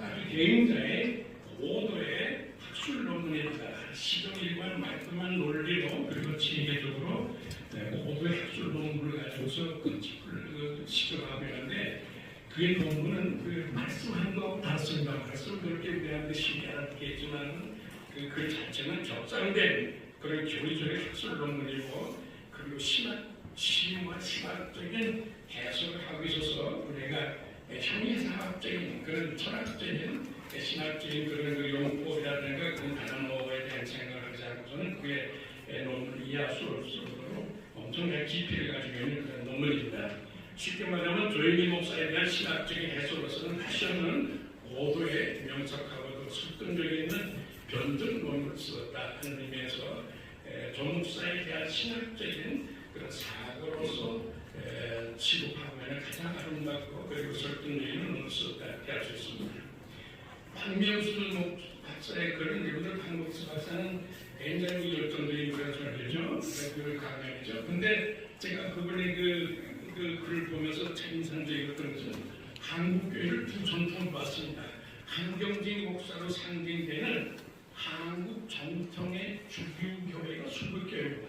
수북교회 황해도하고 교환도 수북교회인데 거기에 그 중산층의 교회들 그리고 중산층도 좀 자장론이 많습니다. 저쪽에는 저자들은 그 소장론이 많아가지고 그쪽에서 이제 그 어려움이 많아가지고 있는데 출신이 그쪽이라든지 아니 비소 그냥 우리나라 교회라고 하는 것은 소북교회 그러니까 방해도하고 평양도의 자장론 중심의 그리고 한국적인 그런 양반 중산층과 양반을 대표하는 그런 복음주의적인 주류 그리고 한국 구도조화의 구도 이런 그룹 그리고 미국 유학을 한 그런 배경을 가진 이런 배경을 가진 한국의 전통적인 흐름에 전혀 낯선 존재가 조영기 목사의 그거예요. 이 박명수 박사의 얘기는 저는 그러니까 한국교회로 봐서는 전혀 신앙적인 연구가 전혀 없는 그런 그래서 배경을 출발할 때 비서부 출신이고 배운 거 없고 팽이라고 불분하고 그리고 아주 이름도 없는 가정에서 태어나고 아까 송강선 목사님은 대단한 집안에서 태어났다고 그랬는데 박 목사님은 딱 이름도 없는 가정에서 태어났다고 그랬는데 그 두 분의 그 온 것이 맞는지 내가 검토해봐야 되겠습니다만은 아무것도 없는 데서 태어났다고 해요. 그래서 한국교회는 우리나라 교회는 대단히 아주 부유하고 그리고 중산층 이상의 교회고 그런데 전혀 배경도 없고 생소한 그런 배경에서 출발했는데 그것도 또 오순절 신앙이라고 하는 이상한 거 데려와가지고서 시작해가지고 그의 생전에 세계적인 교회를 이뤘다라고 하는 것을 대표하는 그런 연구를 어느 만큼 내가 압도적이고 충격적인 연구 대상이 되는가 그런 말까가 우리들이 해가지고 많은 그 충격을 줬던 그런 말을 썼습니다. 그리고 두 번째로 그게 얘기한 건 아까도 얘기했지만 박정희하고 황제치가 박정희가 저희 목사를 만나가지고 상가운동을 부르겠다라고 하는 의미에서 한국 근대화에 끼친 그 저희 목사는 그렇게 가난한 배경에서 태어나고 한국 전통과 전혀 관계없는 기업들 등에서는 그런 생존 배경에서 태어나가지고 한국 근대화를 엄청난 역사를 이뤘다라고 하는 의미에서 저희 목사는 온 세계가 조금 저희 목사님께서 새로운 그런 근대화 현대주의가 됐다라고 하는 것을 좀 찍는 대단한 논문을 썼다 하는 의미에서 본 논문은 현대 세계사 전 인류의 감격의 기념체라고 생각할 정도로 훌륭한 논문을 썼습니다. 근데 안준배 박사님의 글은 창상주의 배우로 안준배 박사님의 글을 같이 가서 보시 바랍니다. 안준배 박사의 글은 조영기 목사가 대단한 인물로 쓰는 게 아니라 아주 소박한. 저는 그 글을 보다가 몇 번씩 웃고 그랬는데 이거 썼나 출소해라고 또 혹시 또 그럴까 그랬는데요. 그 조영기 목사가 그 안준배 목사하고 싸우는 걸 지금 다시 보시면 재밌을 거예요. 하여튼 그 소박하고 아주 인간적인 그런 모습을 다 시도했습니다. 안준배 박사님의 글은요, 여기 연습할 때 저를 봤습니다. 집에 가서 보시면 굉장히 댓글을 꼭 보세요. 그 가서 소설처럼 썼고 인상적이고 조영기 목사님이 자기한테 그랬대. 그 홍두문서 불렀더니 네가 나 혼다 그러고 왔니? 뭐 그런 소리를 했는데 하여튼 그 재밌습니다. 하여튼 요거는 나는 지금까지 그 신학적인 글 보면서 아주 소박하고 아주 원수적이고 아주 그 시골 티가 나는 아주 소박한 그런 초이라고 생각하기 위해서 조영기 목사의 저 안준배 박사의 조영기 목사의 글은 그 누가의 사도 바울의 사도행전을 해요. 누가가 계속 쫓아다니면서 뭐 바람이 서쪽에서 불었다는 것까지 쓰는데 이 조영기 목사의 안준배 박사의 사도행전이라고 볼 수 있을 정도로 아주 소박한 이런 분께서 앞으로 정말 과장되고 뭐 찬란하고 훌륭한 세계적인 그런 종목자가 아니라 소박한 인간의 모습을 보기 위해서는 안준배 박사의 글을 찍어서 꼭 보시기 바랍니다. 저는 이 글을 처음 봤어요. 저는 이 글을 읽으면서 몇 번씩 조금 웃었는지 모릅니다. 그래 아주 소박한 글을 써줬고 따라서 조영기 목사와 이거 생생한 그런 원사들을 장르로 해서 그것을 치료시킨 그의 글이다 하는 의미에서 아주 체감도가 높은 그런 실록이고 따라서 거기에 등장하는 인물도 조사하고 다 일거수일투족이 그 대화 내용이 인물에 관한 것, 정황에 관한 것, 그 배경에 관한 것 그런 것이 상세하게 모사되어 있어서 아주 독특한 그런 작품과 되는 그런 문학적인, 그런 전기적인, 그러나 용은 종교적인 그런 걸 가졌다 생각하고 아주 좀 높이 평가하고요. 특히 그가 집에 가서 옛날에 집에 가서 매일매일 그런 기록을 써놓지 않았더라면 그거 가지고 지금 이 글이 안 나올 정도로 매일매일 자세하게 기록을 내렸다 하는 의미에서 일송록과 같은 기록을 내렸다 하는 의미에서 아주 높이 평가하고 따라서 그런 영웅남보다는 소박한 인간의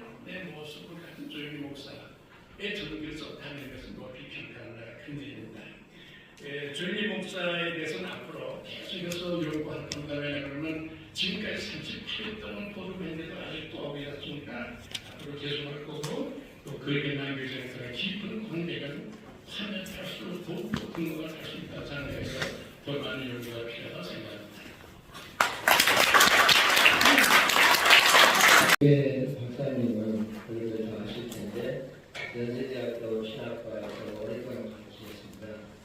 저는 그 외경배 박사님의 직계 기자는 아니지만 제가 외국에서 박사 논문을 쓸 때 윤경배 선생님이 쓴 책을 많이 봤고 대단히 특별한 것을 그때 시험 문제를 알았습니다.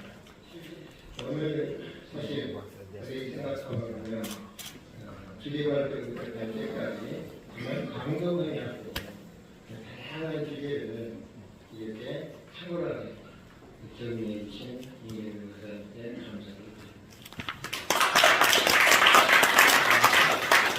중요한 시간입니다. 우리 소프라노 이희정 선생님께서 얼마나 벌써 이 부분 정희 목사님께서 준비했습니다. 우리 세례된 교회 소관수 목사님께 깊이 감사드립니다. 두 번째는 본 행사를 후원해 주신 여의도 순복음교회 이영훈 목사님과 그리고 순복음 김포교회 김성환 목사님께 감사를 드립니다. 세 번째는 새 에덴교회에서 전체 안내위원으로 봉사해 주신 것을 감사드립니다.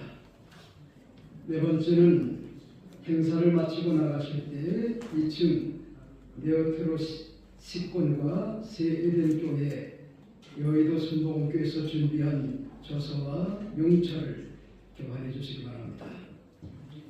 그리고 다섯 번째는 다큐 영화 제작 시에 언론 보도에 힘써주신 방송 신문사 여러분께 감사를 드립니다. 마지막 6번째 가장 중요한 겁니다. 조용기 목사님 평전을 보급과 15,000원에 뒤에서 구매할 수가 있습니다. 많이 구입하여 읽으시고 그리고 많은 도전을 받으시기 바랍니다. 감사합니다.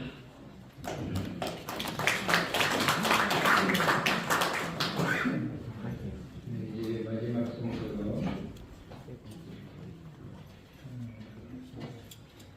기독교 한국 기독교 성령 역사연구원 이사이신 원광기 목사님께서 축도해 주시겠습니다.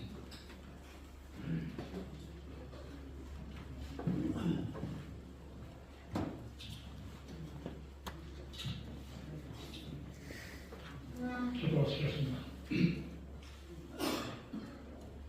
인류의 소망 되신 예수 그리스도의 은혜와 하나님 우리 아버지의 크고 놀라우신 사랑과 조영기 목사님 꿈을 드시고 뜨거운 마음을 주셔서 역사하신 모든 일정에 함께하신 성령께서 이 자리에 참여한 모든 종들과 한국 교회, 흩어져 있는 세계 교회 위에 날로 충만하게 역사하여 주시기를 간절히 축원하옵나이다.